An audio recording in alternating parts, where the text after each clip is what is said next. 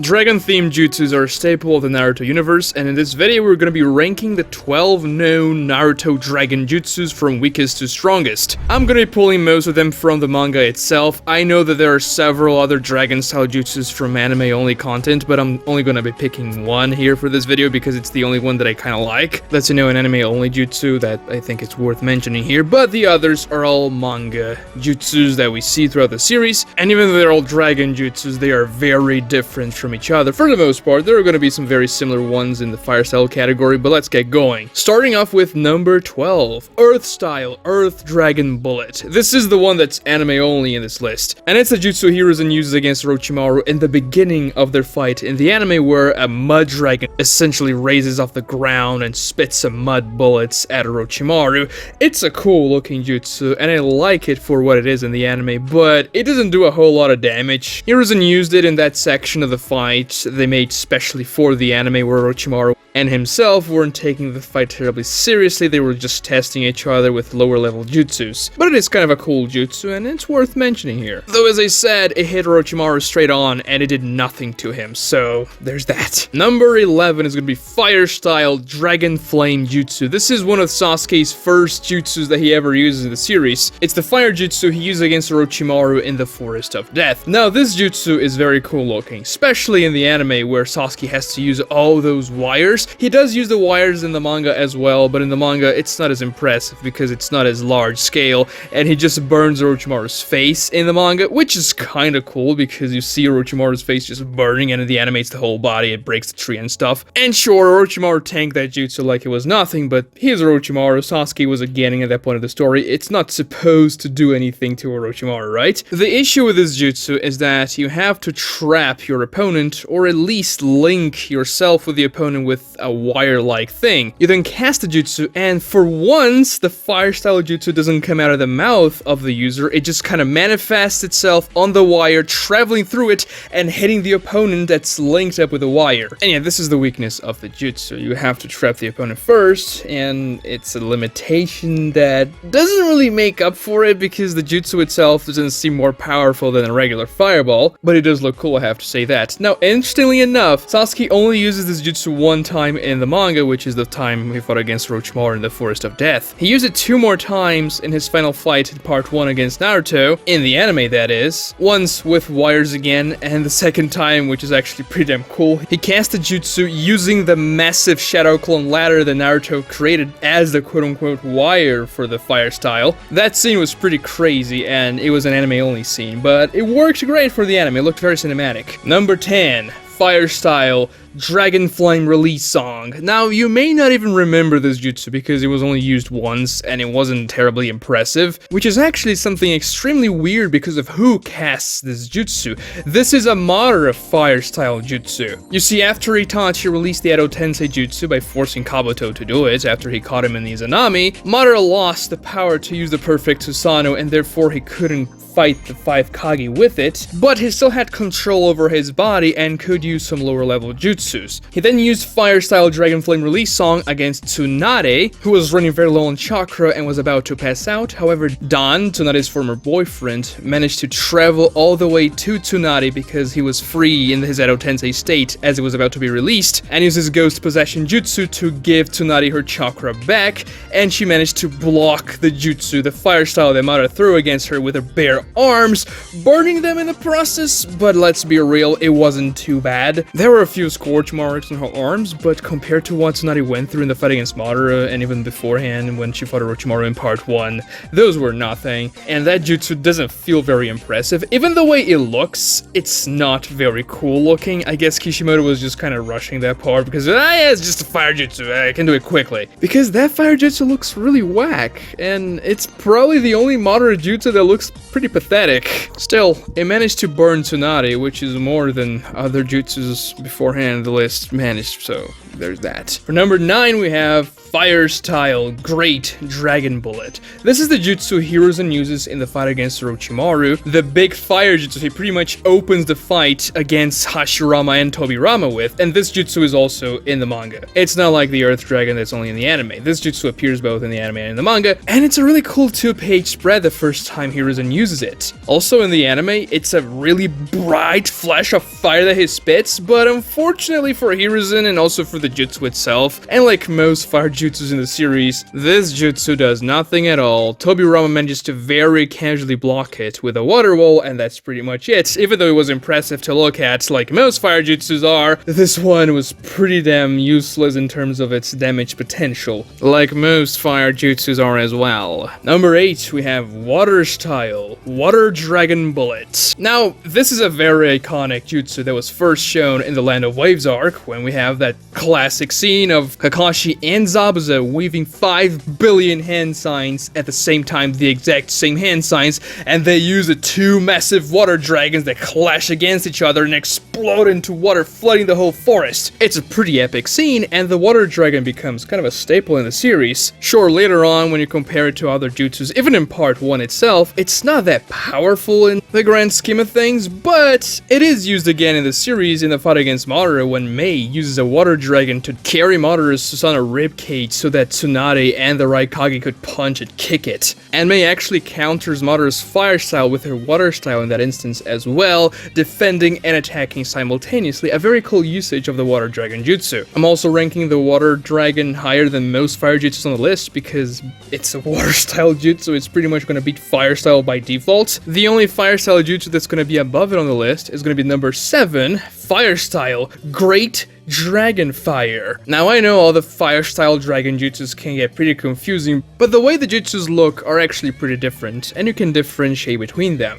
This particular brand of fire style dragon jutsu is the coolest in the series by far, and it's the one Sasuke uses against Itachi in their final battle, shooting the dragons towards Itachi from below in the first floor of the Uchiha hideout as Itachi was on the roof, breaking the roof and even managing to burn Itachi's arm. Now those dragons were actually pretty powerful, since they were able to do some substantial damage to Itachi, more than Madara's dragons were able to do to Tsunade, and the main purpose of those dragons wasn't even to do damage to Itachi, no, it was to charge a Kirin. Sasuke needed to heat up the atmosphere so that storm clouds would form, and therefore he would be able to use his ultimate jutsu against Itachi. So I'm ranking it higher because this jutsu can do damage, but it's also very good for utility purposes. And it also looks pretty damn cool. Number 6, the Lightning Water Dragon Bullet. Now yes, technically the water dragon has already been on the list, however this is a variant of it, and it's only used once in the series to a pretty interesting result. When the 5 Kage pulled their final combo against Madara, one of the parts of that combo was for the Mizukage to use a water style jutsu, and the Raikage would infuse that water style jutsu with his lightning style, creating that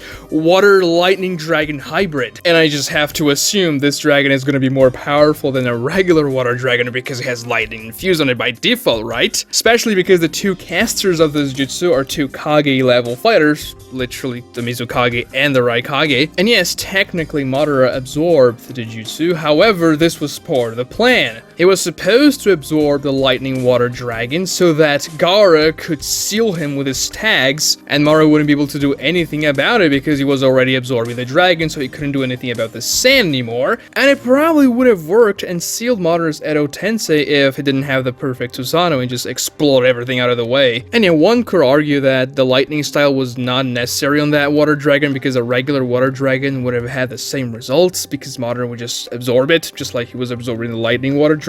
But infusing the dragon with lightning probably made Madara a little bit more worried about the prospect of being hit by that dragon, because lightning has that property that it can paralyze you even if you're an Edo Tensei. Lightning style is not something good to deal with, so he felt obliged to absorb it. And obviously Madara was debilitated in that state because Inoki had just used a massive particle style that essentially destroyed half of his Edo body. So definitely an interesting combo by the Raikage and the Mizukage. Number 5 is gonna be Sealing Jutsu, 9 Phantom Dragons. This is the jutsu the Akatsuki uses through the Gedomazo. More specifically, Nagato uses it because he's the one controlling the Gedomazo and the ritual because he has the Rinnegan, to yank the bijus out of the Jinchurikis and seal the beasts into the Gedomazo. Now, the first time we see this jutsu is when Gaara is getting sealed, and it just looks absolutely intimidating. First, we have the Gedomazo, this demonic-looking statue with several eyes and just weird-looking proportions, and its weird mouth that's spewing those 9 dragons that are leeching Gaara's body. It certainly feels like an epic, powerful jutsu that's supposed to do something impressive, and yes,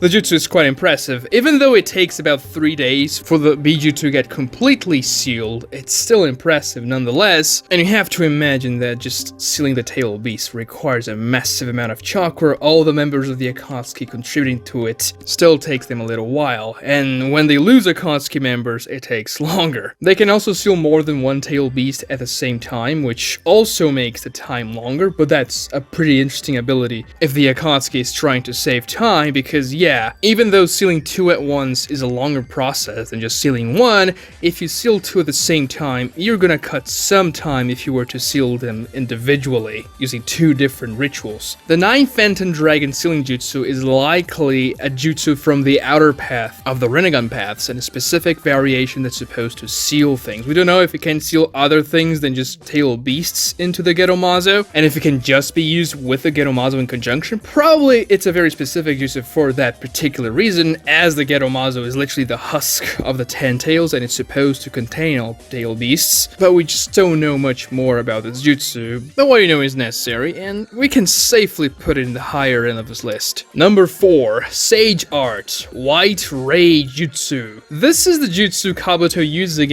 Sasuke and Itachi in the beginning of their fight pretty much, and he almost wins the fight with that jutsu. So a jutsu that's able to press EMS Sasuke and Nero Itachi has to be at least pretty damn powerful. Kabuto, after entering Sage mode, essentially spits a white chakra dragon that spins in the air around itself and erupts into light and sound. It's essentially a flashbang on steroids, and an extremely useful jutsu to fight someone from the Uchiha clan, as they rely a lot on their eyes, and if it shines so bright that you can see, you essentially neutralize the Sharingan. That's exactly what happened. Sasuke and Itachi couldn't see what was going on, and they couldn't hear as well because the sound of the dragon was deafening. Kabuto intended to attack Sasuke using the dragon as a window of opportunity, however, Itachi predicted Kabuto's movements and raised a Susanoo hand to protect Sasuke from Kabuto. He didn't see or hear what was going on, but he just understood what Kabuto meant to do. That's a classic Itachi move there. Now, if you've played any FPS games, you'll know that using flashbangs is pretty good. However, you have to be careful because they can also blind and deafen you, the thrower, and not just the enemy. So you have to be careful where exactly you throw them and make sure the stunning effect of the flashbang is not going to affect you or your teammates. And seeing that the white dragon stays spinning for a decent amount of time, giving off that sound and light to deafen and blind the enemy, this would also apply to Kabuto. So normally that jutsu would be useless because the caster would also be affected by its properties. However, Kabuto managed to circumvent both the blindness effect and the deafness effect. In his Snake Sage mode, he managed to cover his eyes with his snake eyelids so that he wouldn't be deafened, and he was guiding himself with sensing alone, because Sage mode allows you to sense around it pretty well, and by using Suigetsu's hydrification jutsu, which allows Kabuto to turn his body into water, a jutsu he obviously stole from Suigetsu, and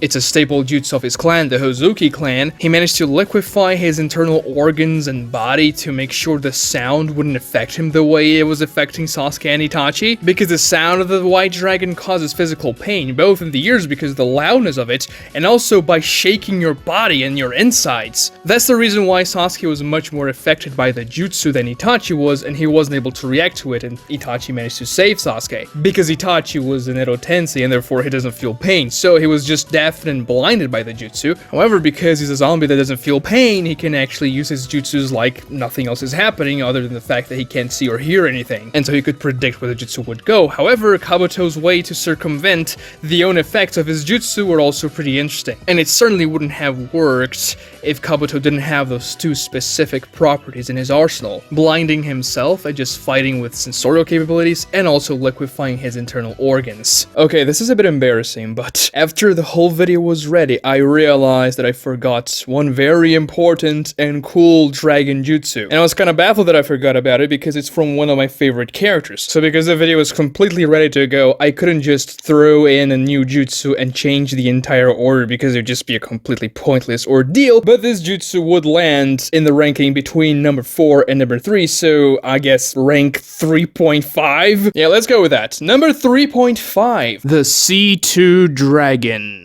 This is the most different jutsu in the entire list because it's not an Eastern Asian type of dragon with that long shape, kind of looking like a snake. No, it resembles much more an European dragon than anything else. So Deidara creates this massive clay dragon that first of all can fly, and so Deidara can use it to fly, which gives him a massive advantage during the fight. And that massive dragon can spit other smaller dragons that are essentially guided bombs that chase down the enemy and explode. Every time the dragon spits out a new bomb, one of the tail sections is consumed and transformed into the bomb that spat. And that tail has several sections, so Deidara has a lot of bombs that he can spit out and chase after the enemy without Deidara even having to command it. And it's even more dangerous when Deidara combines the C2 Dragon with his underground mines, which in the Sasuke fight, Tobi put the mines underground, helping Deidara out. So if you want to escape the bomb that's raining down upon you, you're gonna step on a mine and explode from below. It's a no-win situation pretty much. Sasuke had to use his entire 200 IQ to escape that situation. And people really don't realize how powerful the explosions from the C2 Dragon are. Take a look at the size of the dragon compared to Deidara right here, and then compare the size of the dragon itself to the explosion it caused. It's absolutely gargantuan, and Deidara is just spamming those explosions. Not only that, but the jutsu also allows you to fly, as I said before, which just gives Deidara a massive advantage. He's one of the most overlooked characters in the entire series, and this jutsu, even though it's extremely OP and people don't really talk about it, it's not even close to being Deidara's strongest jutsu. So the guy is just a beast. For number 3, we have Wood Style Wood Dragon. Now this jutsu is used 2 times in the manga, and those 2 times are for the exact same thing, to subdue the Nine Tails, which is pretty impressive. Now the first time we see it, not in universe chronological order, but just in order of release,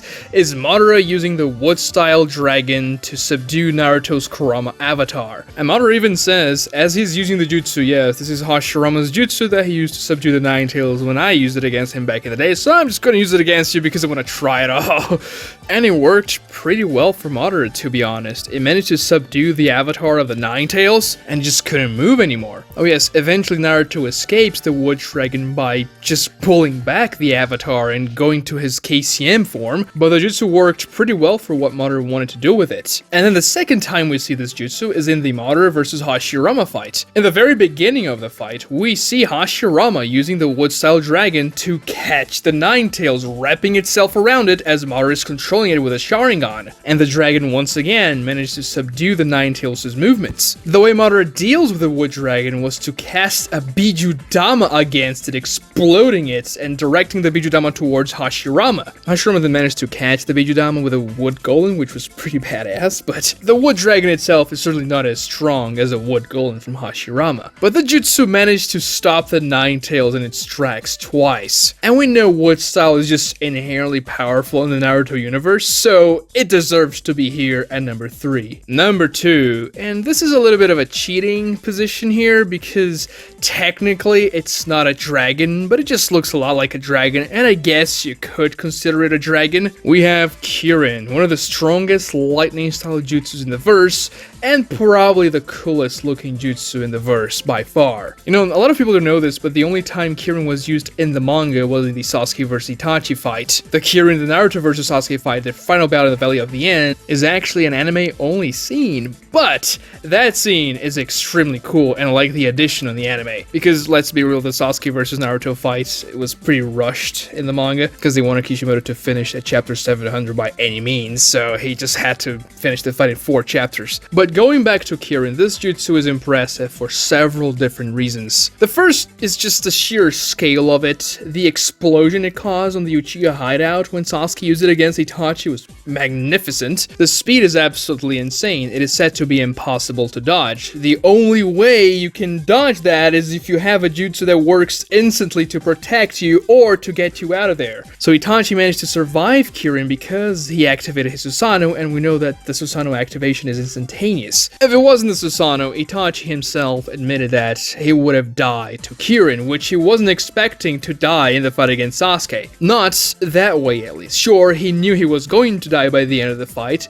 but he needed to do all those things before dying, such as taking the Orochimaru out of Sasuke's body and planting Amaterasu in Sasuke's eyes. Kirin certainly wasn't in Itachi's plans, because once he takes a look at that jutsu, he is impressed, and one could even say afraid of the power of it, and perhaps afraid that he wouldn't be able to do all the things that he needed to in the fight because the jutsu may just kill him before. Itachi went into that fight thinking he would have to pretty much throw everything because Sasuke wouldn't have a chance against Itachi if he was fighting seriously, but once Itachi saw Kirin, even though he acknowledged Sasuke's strength several times before, that was the time he realized, okay, he's actually strong. He's not exactly at my level yet, but losing to him here wouldn't be something that people would look weirdly at. And the most impressive and useful thing about Kirin is that you don't even need chakra to use it. You use the power of the clouds themselves, casting the lightning against your opponent by taming it and forming into the Kirin Dragon, which technically they're not dragons. Kirins are mythological horned beasts from Chinese mythology, but they look a lot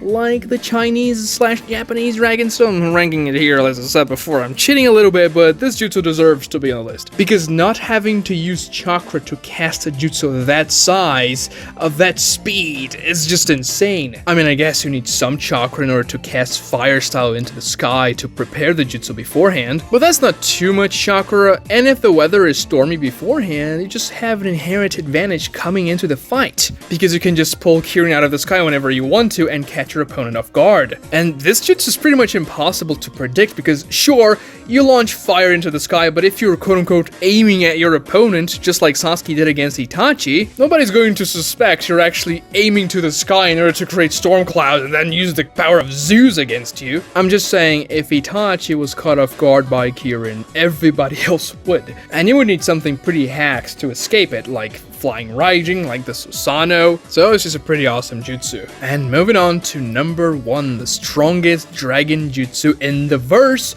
is gonna be the Outer Path Soul-Sucking Dragon.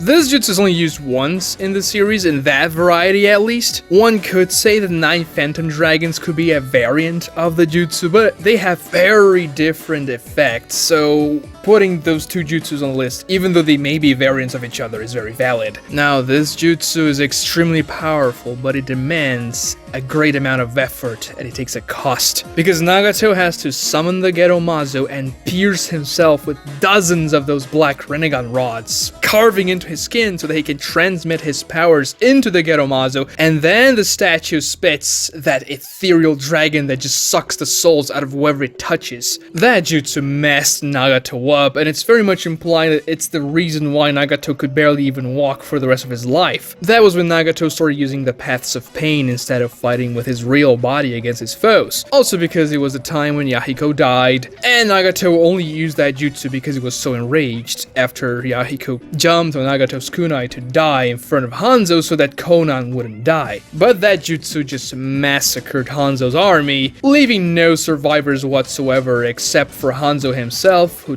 teleported out of the way. And even though the army didn't really use protective jutsus to ward the dragon or anything like that, they were just kind of sitting ducks, and we don't see this jutsu being used ever again in an offensive way, at least. We don't know if the dragon is ethereal and it would just cross through barriers like he was just crossing through the army and the people from the army. It didn't feel like they were solid to the dragon. He was just like carving through them, sucking their souls in the process. So if this dragon could just bypass barriers or defensive jutsus like the Susanoo, for example, it would just be completely busted, and it makes sense. And Nagato had to cripple himself to use the jutsu just for power balancing reasons. The only way to survive this would be to outrun it or just to teleport away, and most people in that army weren't able to do so. This dragon is probably a variant either of the outer path or the human path, or maybe a combination of both. Now, the effect the dragon has is very similar to the human path, but in a much larger scale, taking the soul out of the body of whoever he touches. But because it comes out of the Gedo Mazo, and we know that the Gedo Mazo jutsus are all pretty much outer path jutsus, as outer means Gedo in Japanese, this is probably an outer path jutsu, or a combination of the outer path and the human path, which would be cool as well. So yeah, Nagato never used it again, probably because he would have just destroyed whoever he used it against, but also in universe because, well, Nagato didn't want the jutsu to kill him, because it seems like it would have if Nagato decided to use that jutsu again in the condition he was in the Konoha invasion, for example. Subscribe to this channel if you haven't, and please like the video. Those two things help me out a lot, you don't even know. And also watch this other cool video right here for more Naruto content. Let me know in the comments what's your favorite dragon jutsu, and thank you so much for watching.